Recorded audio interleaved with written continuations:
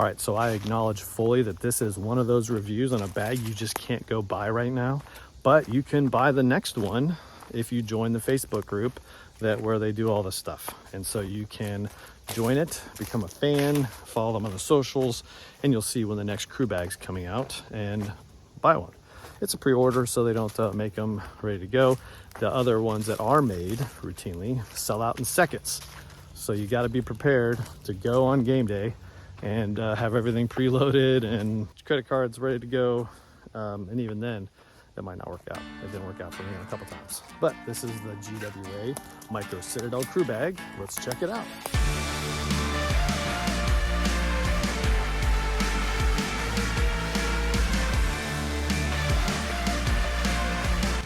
This is the GWA Citadel. It's actually a Micro Citadel, the crew bag from GWA.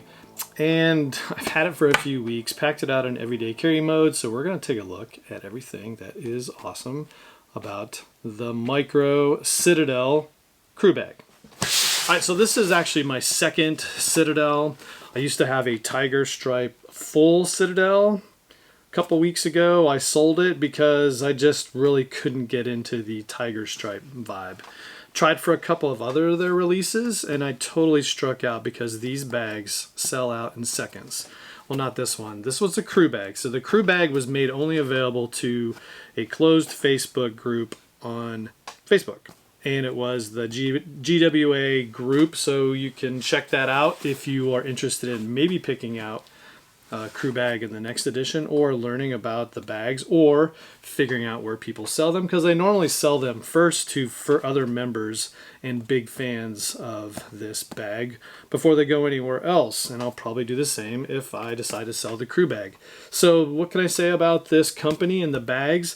Pretty much a cult following, and the fact that they are really hard to find, really hard to get, and even if you know when they're going to be released, they sell out in seconds. So this is definitely something to put on your radar and go try to pick one up just to see the quality and design features that are in the Citadels. And a lot of people recommended it to me, so I got that tiger stripe. Was planning to do a review of it, but then I was going to wait for another bag, and it just didn't work out. But anyway, I got the crew bag from their website and through the Facebook group, and I am a big fan of this bag and its layout and its features. Will it stay in the stable with the rest of the bags? I don't know. I really haven't decided yet, but it is a great bag. So I definitely want to show you all the outside, inside features that make the Micro pretty special. Outside features of this bag, and really up front, you're going to see that there's a beautiful loop panel in the front that allows you to put multiple patches.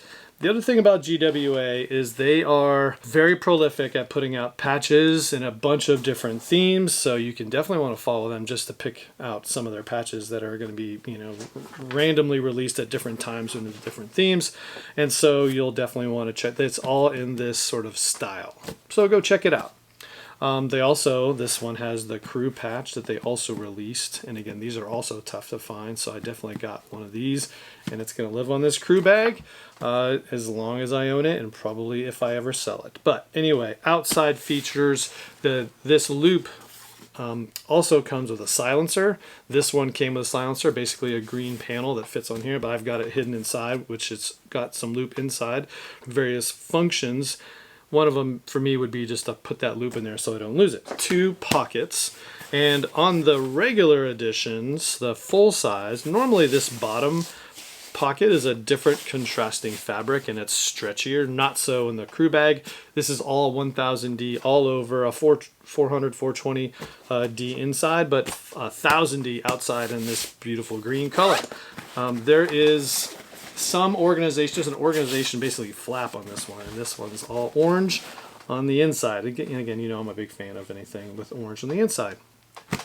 But we'll show you what's inside there later as we go through inside features. But 2 pockets. The top one's got some organization in it as well, so you can put pockets. You can put knives and pens and other charging things in here, just as you'd want to store them, move around. And the pocket goes all the way to the top of this front panel, so that's the 2 front pockets. What makes the Micro is that there is no laptop compartment on this one. The fulls have the laptop compartment. If I didn't mention already, this is a 20-liter size, so it really fits perfectly inside the everyday carry mode. There is some loop webbing on one side, so you could put whatever you wanted on the outside. And then it's got this water bottle holder on the other side, which has a slanted opening, which is really cool. Why is it slanted? Well, when it's on your back and you want to quickly grab the water bottle, wouldn't it be nice if you could easily get it while you're wearing the bag? That's why it's slanted, and that's a little bit of elastic in there, and so you can definitely secure that. Also some, compression straps, I would say, on each side. One main compartment, top very padded and very nice handle. It's just some Sonova 1000D, but that's how they make this padded handle. Pretty cool. The straps are also padded, very well done, and then they've got different material on the bottom, just another layer of protection, and then it's got some air channels, and it's a very comfortable bag on your back. Again, no laptop compartment on the back side of it. There is a frame sheet, pretty light frame sheet, I would say, light to medium, and then just some padding to keep this thing on your back. I didn't notice this for the first maybe week I had this bag, but it has these little sewn in handles, side handles, which you can, if you're going to grab this bag, wherever you're going to put it, you can definitely easily grab the bag from almost any angle, just because of those little loop handles, which I like. Those are pretty cool. The straps, again, have some D-rings and some webbing, so you could put anything you wanted on there. There is a D-ring on the inside for a bladder, but there's no opening. There's no way, at least that I've found, to get that bladder hose outside unless you just popped it out of the main compartment through there. But again, that's not really probably what you're going to use this for.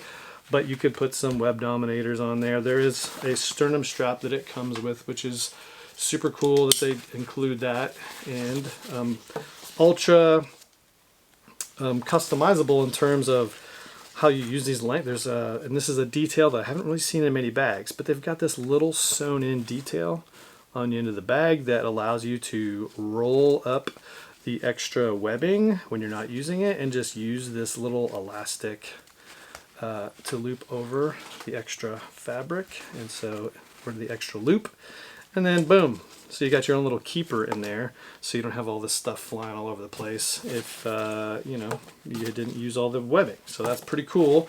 Nice little features, nice little, as they would say, bat wing on the side to make this a more functional design for the bag. So yeah, so that's the back panel, and that's the outside features. Nothing on the bottom. Again, 1000D everywhere for the most part. So that's the outside features of the Micro Citadel. Let's tear into it, look at a few things on the inside of the bag. I've got this packed out in everyday carry mode, so some things that I'll show you in there. I didn't have anything in the top part, but again, you can put your AirPods, sunglasses. There's no secret stash pocket, but this is where all that stuff would live. Goes down to midway through the bag, and so that's pretty cool. And again, orange. And so that's where you would keep your easy accessible items. This main pocket, again, nice, but it's kind of an awkward size.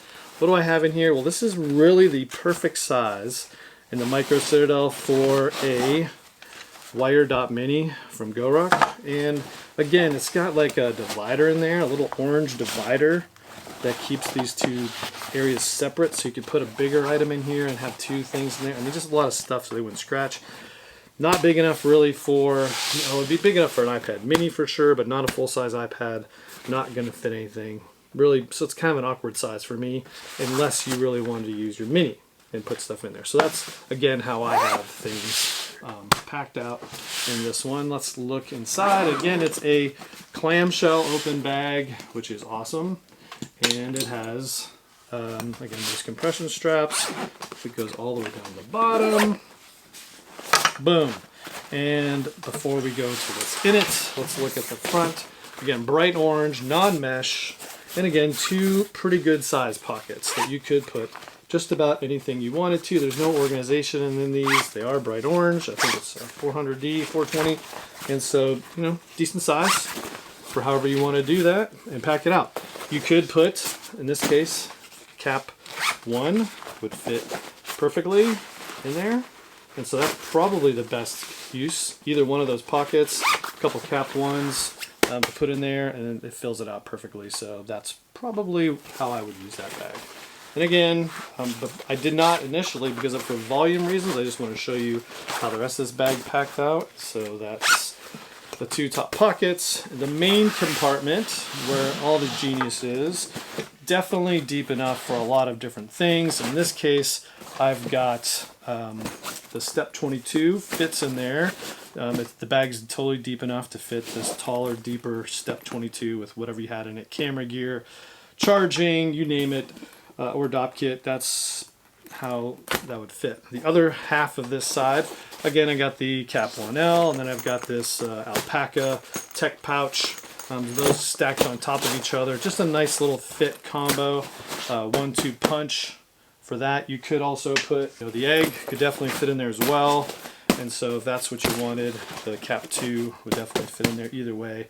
Multiple options on packing this one out. And just about everything. All these tech pouches fit in there perfectly no matter how you want to put them in there. At the bottom I just have is now my definite go-to for packing, and that is the packing cube from GWA. This is the 10-liter size, the full, because it opens up and it's pretty cool. So that definitely is how I would pack this out. Really for weekender mode, I guess, if I took the packing cube. Again, loop material in the back here, and that's where I put, yikes, that's where I put this silencer that you could put on the front of the bag if you're not going to use it. And if you didn't do that, then you could put anything with some Velcro. So this is some GWA gear that they made a long time ago with the Velcro on the bottom.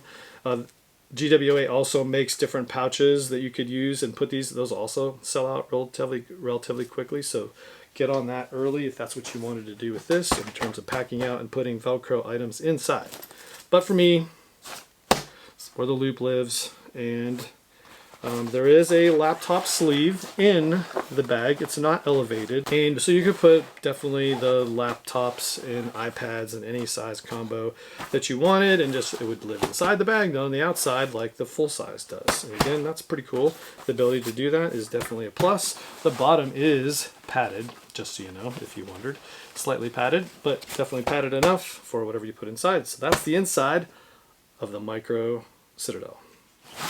Alright, so there she is. That's the GWA Micro Citadel. This is the crew bag edition. You can see little G's everywhere, and it's just fantastic. Love the bag, love the feel. 1000D never really bothers me. Plus, on the back, there's not a lot of 1000D, so it's not going to tear up your clothes like other people say other bags do, which I don't necessarily believe. But so there you go. Hopefully you like that review of the GWA Micro Citadel. This is the crew bag, and it's a fantastically made bag, like most of the bags that I look at are, and this is no different.